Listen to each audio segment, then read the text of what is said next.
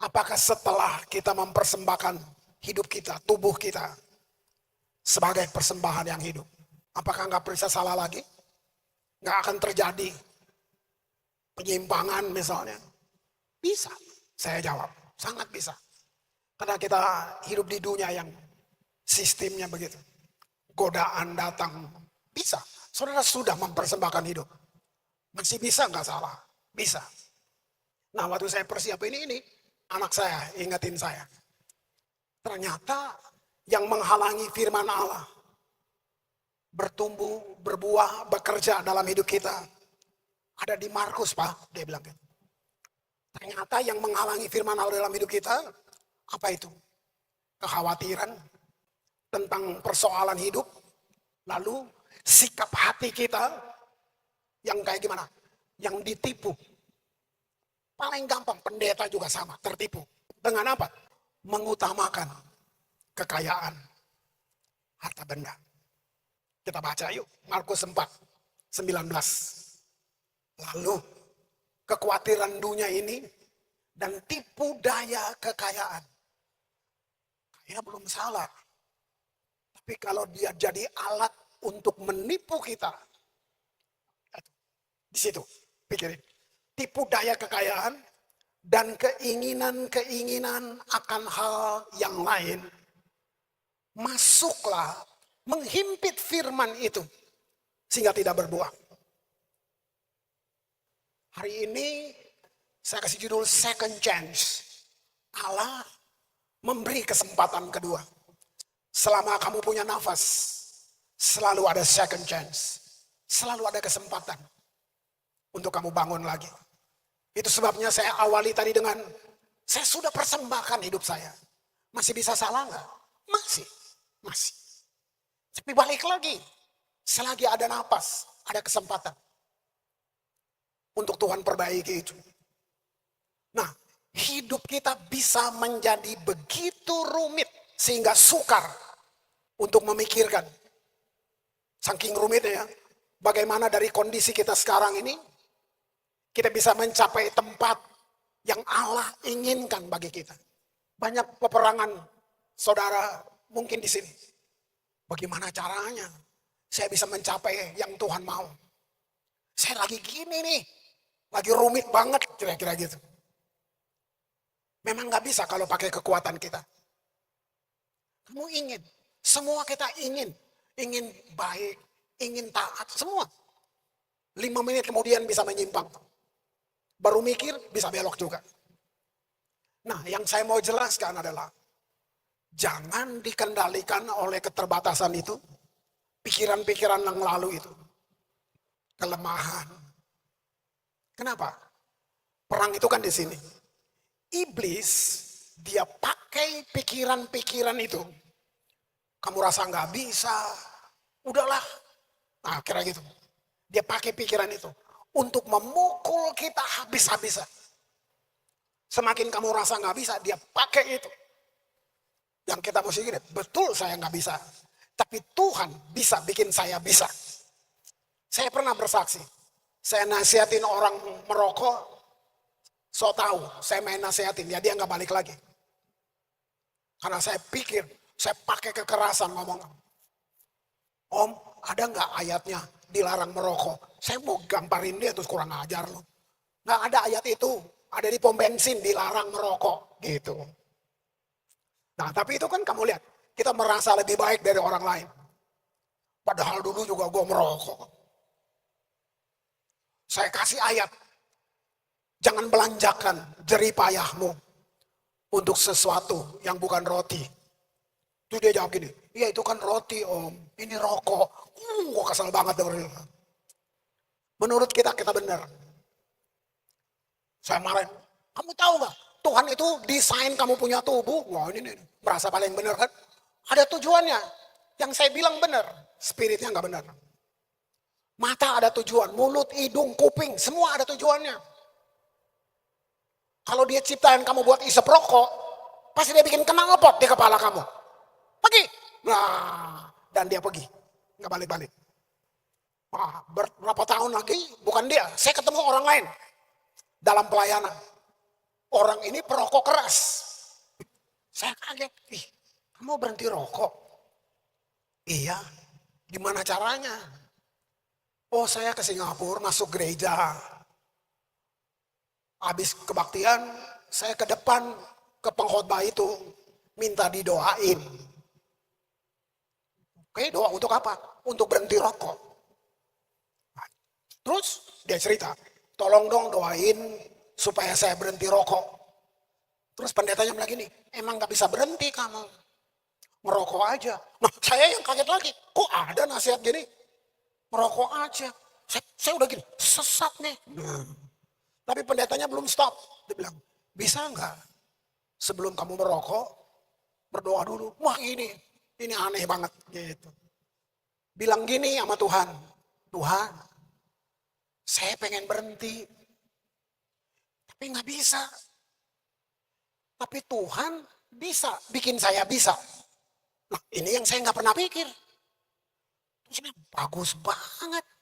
Terus kamu berhenti? Enggak om, saya masih ngerokok sebulan. Kan boleh kata dia. Coba lihat tuh. Waduh kaget. Dia bilang sebulan dia merokok.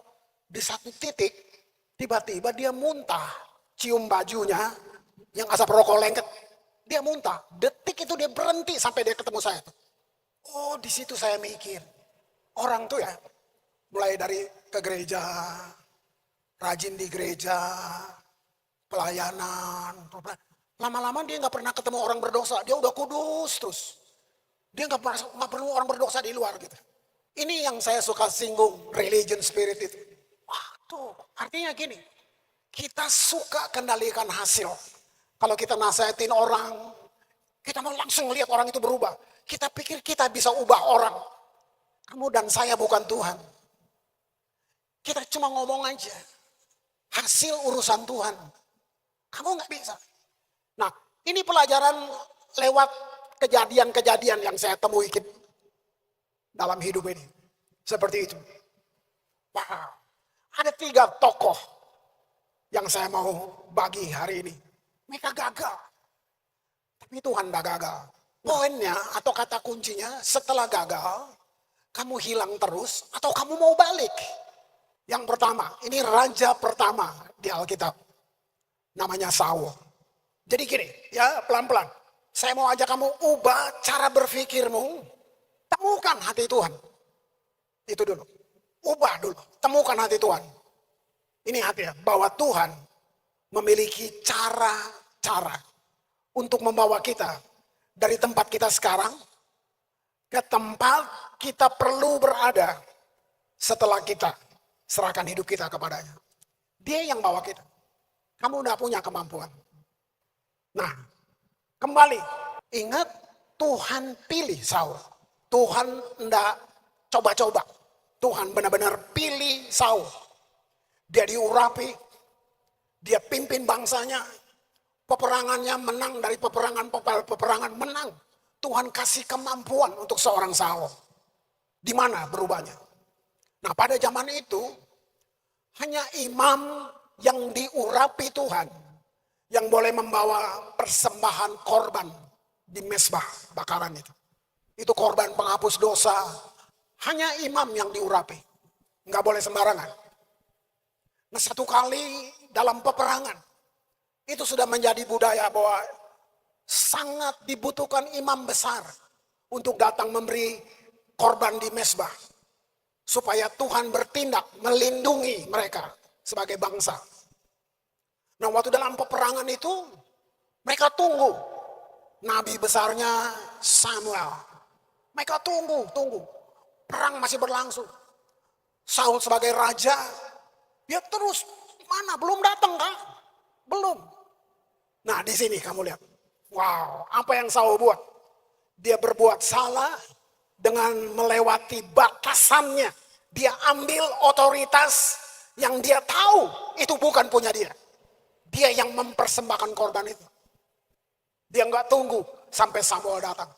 Karena logikanya jalan. Nih musuh udah terus nyerang kita. Kalau kelamaan mati kita. Itu dia.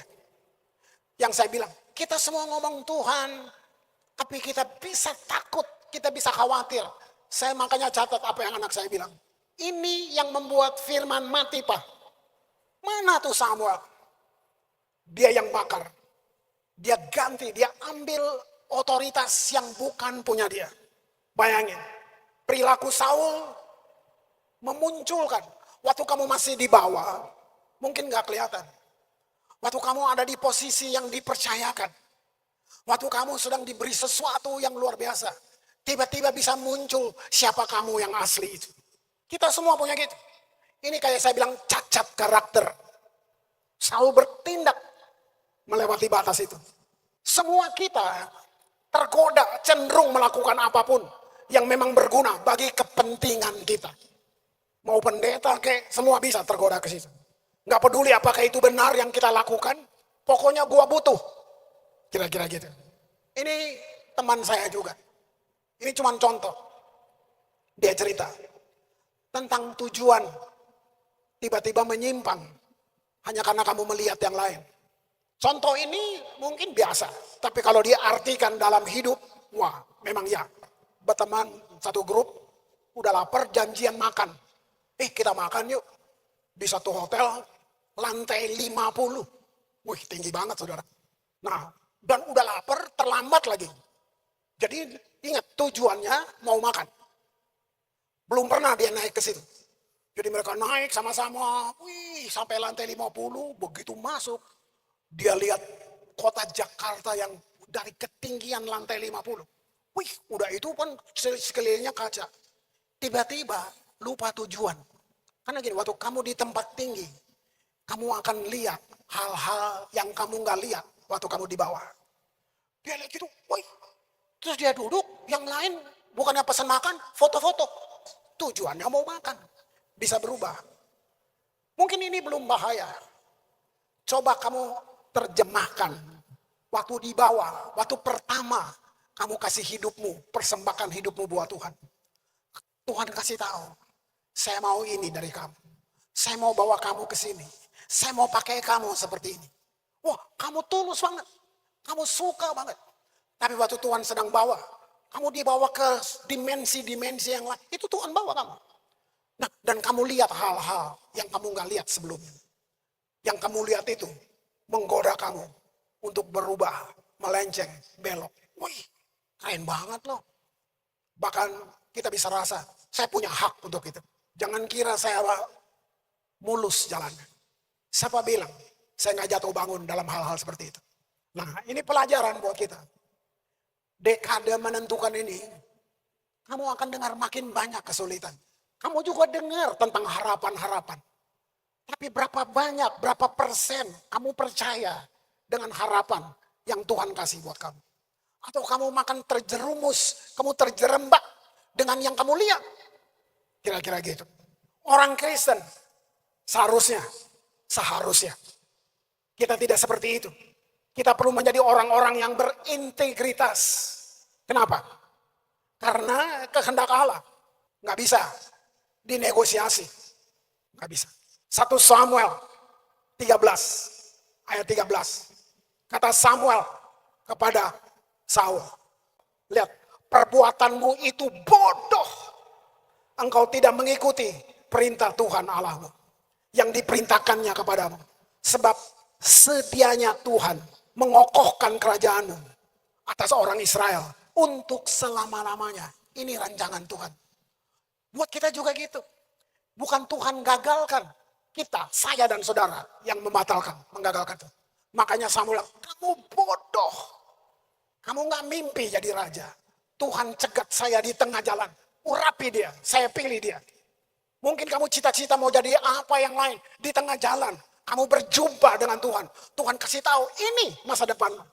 Luar biasa. Seandainya Saul mentaati Allah, tidak akan ada Raja Daud. Nah, saya bilang Tuhan bukan iseng-iseng. Itu raja pertama yang dia urapi. Tuhan bukan, gua siapin Daud deh. Kalau lu gagal ini, enggak akan ada Raja Daud. Enggak akan ada Raja Daud. Karena Daud bukan pilihan pertama. Dan Saul bukan raja sementara. Sampai Daud datang. Bukan. Enggak ada itu. Penjelasan besarnya gini, buat kita. Yang kita bisa pelajari. kalau kamu telah menyia-nyiakan waktu, kalau saya juga menyia-nyiakan waktu dengan mengejar impian saya, impian kamu belum salah. Tapi waktu kita terperangkap, salah satu perangkap yang besar tuh godaan bukan cuma yang di depan. Perangkap salah satu adalah masa lalu kamu. Masa lalu saya. Kita bisa terperangkap. Perangkapnya bikin gini, udahlah, gak bisa. Saya memang orang gini. Saya memang anak gak berguna. Itu tuh. Kamu bayang, Tuhan gak bilang itu, tapi kita yang bilang itu buat diri kita. Memang, saya gak pantas lagi. Saya gak layak lagi. Wow. Lalu apa? Yuk cari Tuhan. Cari Tuhan. Dia akan tunjukkan dirinya. Dia kasih tahu agendanya. Dia kasih tahu rancangannya buat kamu. Saudara dan saya hanya perlu kembali lagi kasih diri kita buat Tuhan. Karena dia yang bisa membawa kamu. Di mana saudara dan saya ada hari ini. Ke tempat yang lebih baik. Terus Saul buat apa? Di sini salahnya. Dia nggak berbalik. Dia nggak berbalik. Itu kan dia bilang free will. Dia melewatkan kehendak Allah. Saudara, kalau dibilang Tuhan panjang sabar, panjang, panjang banget. Beda sama kita, ukurannya nggak sama. Dia selalu tunggu kita balik. Wow. Gitu. Saul nggak balik. Apa nasihat saya hari ini? Jangan khawatir. Kamu yang mungkin sedang ngerasa, iya, saya salah. Nggak apa-apa. Karena gini, saya bilang minggu lalu, Allah belum pernah menemukan satu orang pun yang memenuhi syarat untuk bekerja dengan dia. Belum pernah. Makanya dia nggak butuh kamu punya CV, dia nggak butuh. Kita bangga dengan penghargaan. Tuhan nggak butuh. Tuhan bisa bikin yang kamu nggak bisa jadi bisa, supaya dia yang dimuliakan, bukan kepintaranmu. Bukan semuanya. Bukan prestasi-prestasimu. Bukan itu. Saul gak balik. Habis. Daud muncul. Daud benar gak? Kamu yang lebih tahu. Dari sekolah minggu udah dengar. Awalnya benar. Dipilih Allah juga. Sama. Wah, buat salah lagi. Wah. Tahu gak konsekuensinya? Anak yang dikandung Betsheba mati. Daud bikin salah. Bedanya apa? Dia balik. Kalau kamu senang baca, ini teriakan Daud. Jangan ambil rohmu yang di dalamku Tuhan. Ambil apa saja. Jangan kau ambil rohmu yang di dalam aku. Wah, ini orang keren banget. Kita punya masa lalu semua. Daud juga salah.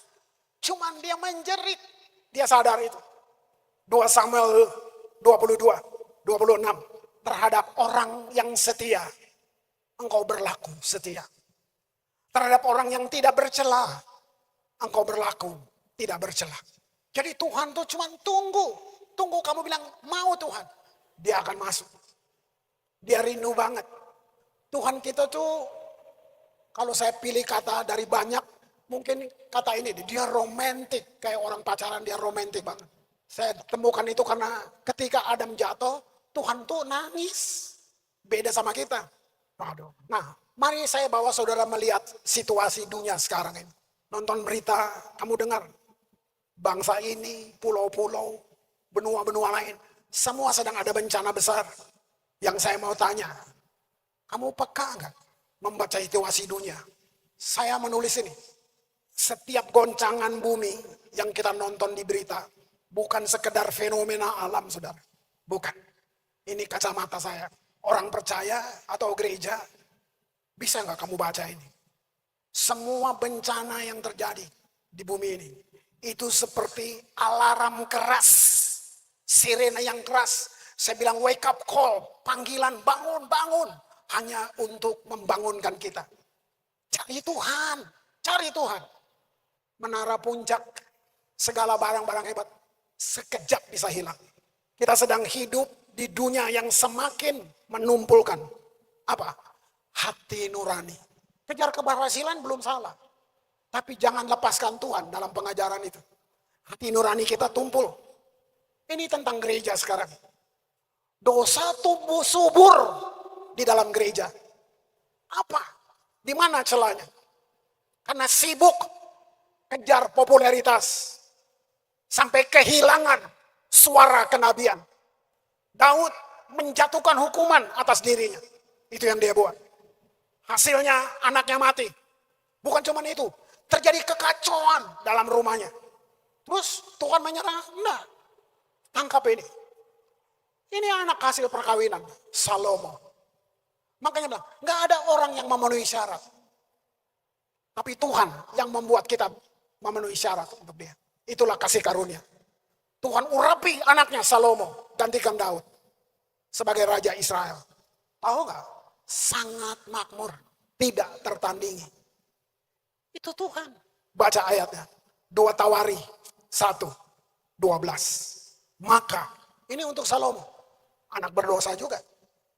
Kebijaksanaan dan pengertian itu diberikan kepadamu. Salomo nggak minta kaya, dia cuma minta hikmat. Kaget Tuhan bilang, hebat nih. Kebijaksanaan, pengertian diberikan kepadamu. Selain itu, aku tuh siapa? Tuhan. Aku berikan kepadamu. Yang dia nggak minta, kekayaan, harta benda, apalagi kemuliaan.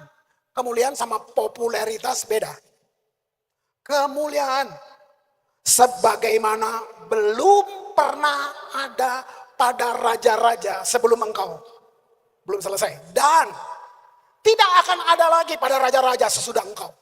Aduh, dia bisa minta yang raja-raja lain tidak minta. Dia cuma minta hikmat.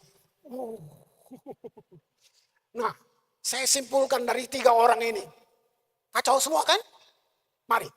Allah mengambil kekacauan yang dibuat Daud dalam hidupnya. Lalu mengerjakannya untuk kebaikan. Sampai dia dapat sertifikat orang yang berkenan kepada Allah. Nah, sekarang Kristus anak Daud mati sebagai kamu, menebus kamu. Jadi sekarang berlaku untuk semua yang percaya. Kamu juga berkenan kepada Allah. Bukan cuma Daud. Kamu juga berkenan kepada Allah. Poinnya gini, jangan tinggalkan, jangan bergeser. Waktu kamu sudah di bawah tinggi, kamu lihat semua yang lain, nikmati, tapi bukan bergeser. Ingat, Tuhan mau kamu apa? Apa yang Tuhan mau dari kamu? Terus pegang itu. Terus Tuhan buat apa? Dia buat perjanjian dengan Daud. Daud yang udah salah itu, dia buat Davidic Covenant, perjanjian bukan sementara, kekal. Yesus disebut anak Daud. Daud yang begitu tuh. Tahtanya disebut tahta Daud. Coba, apa sorga nggak punya tahta, pakai Daud punya? Ini yang saya pengen kiranya rohmu mendengar. Kamu bisa gagal, bisa. Tapi Tuhan nggak gagal. Orang-orang yang hebat, kalau kamu tanya mereka, berkali-kali mereka gagal. Jadi kegagalan itu kayak uang sekolah buat kamu. Yang penting kamu nggak tinggalkan Tuhan. Kamu pegang dia. Keras-keras. Saya mau bilang lagi satu. Nggak ada gunanya kita habiskan waktu untuk cuma menyesali yang dulu-dulu. Jangan ada di titik hidup dari apa kata orang tentang kamu. Jangan. Yang harus kamu lakukan adalah rendahkan diri. Itu sudah. Seperti Salomo. Rendahkan diri. Minta hikmat dari Tuhan. Ini ayat terakhir. Roma 11:29. Sebab Allah tidak menyesali kasih karunia dan panggilannya. Enggak. Saudara, ini kayak makanan indah, makanan paling enak dan kekal.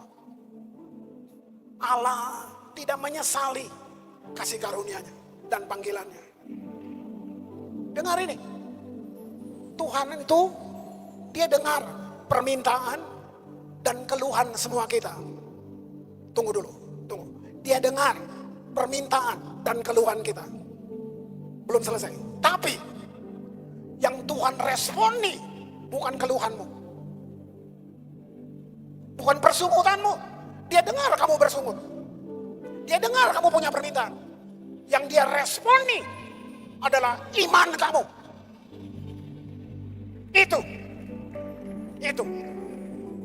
Bukan meresponi keluhan kamu.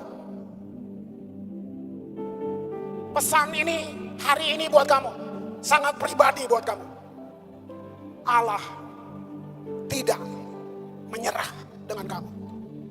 Dia nggak berhenti mengasihi kamu. Jangan izinkan iblis menampar kamu berulang-ulang karena cara berpikirmu yang salah. Itu yang dia ambil. Jadi dia pakai cara berpikir kamu untuk menghukum kamu. Kamu mesti tahu dia sayang kamu. Saya nggak berhenti, saya terus mendoakan generasi muda. Ya, saya mau kalian selalu tangkapin. Alkitab itu udah ribuan tahun umurnya. Dia nggak ketinggalan zaman, saudara. Dia nggak ketinggalan. Dia tetap jadi jawab buat kamu. Keluarga-keluarga muda, kamu sedang ngalamin apa? Kalian mau yang di kuliahan? Apa? Apa tantangan? Kamu pikir Tuhan terbatas? Don't limit God, jangan batasi dia. Kita yang terbatas. Sekali lagi, mari generasi berdiri. Saya mau doakan kamu. Generasi. Jangan nilai diri kamu berbeda dengan yang Tuhan nilai. Saya anak yatim piatu, di mata Tuhan enggak. Lu anaknya dia. Kamu kehilangan papa mama, tapi kamu enggak kehilangan penciptamu. Kamu enggak kehilangan dia yang menenun kamu dalam kandungan. Kamu anak terbuang, ya bapamu yang buang, Tuhan enggak buang kamu. Siapa aja, kamu gagal, ya bisa gagal. Tapi Tuhan tetap mengambil kamu, mengangkat kamu. Tadi contoh-contoh orang gagal. Ada yang tidak balik, ada yang balik. Bisa nggak kamu jadi Daud di akhir zaman? Selalu bilang, jangan ambil rohmu dalamku. Jangan tinggalkan aku Tuhan. Itu. Kamu sendiri, dengan caramu sendiri, ngobrol sama dia. Tuhan terima kasih. Terima kasih buat firman hari ini. Terima kasih Tuhan. Hamba terbatas dalam menyampaikan. Tapi Engkau tidak terbatas untuk generasi, untuk setiap kami. Engkau bisa menjelaskan sampai kami mengerti. Terima anugerahnya. Komunikasi, ngobrol dengan dia. Di jalan, di motor, di mobil. Lagi bikin apa aja, ngobrol sama dia. Itu, cuman dia yang tidak berubah. Siapapun orang bisa berubah. Orang yang paling dekat dengan kamu pun bisa mengkhianati kamu, meninggalkan kamu. Teman baik, sama aja bisa. Ada satu pribadi yang tidak meninggalkan kamu. Mari. Yes, Jesus loves me. Ya, ini buat kamu. Yes, Jesus loves me. Wow. Yes, Wow. Jesus loves me. Yes. The Bible tells me so. Biar iblis dengar, bilang. Yes, Jesus loves me. Amen, amen, amen. Yes, Jesus loves me. Woo. Yes, Jesus loves me. For the Bible tells me. Katakan buat hidupmu. Yes, Jesus loves me. Yes, Jesus loves me. Yes, Jesus loves me. For the Bible tells me so. Katakan. Yes, Jesus loves me. Yes, Jesus loves me. Yes, Jesus loves me.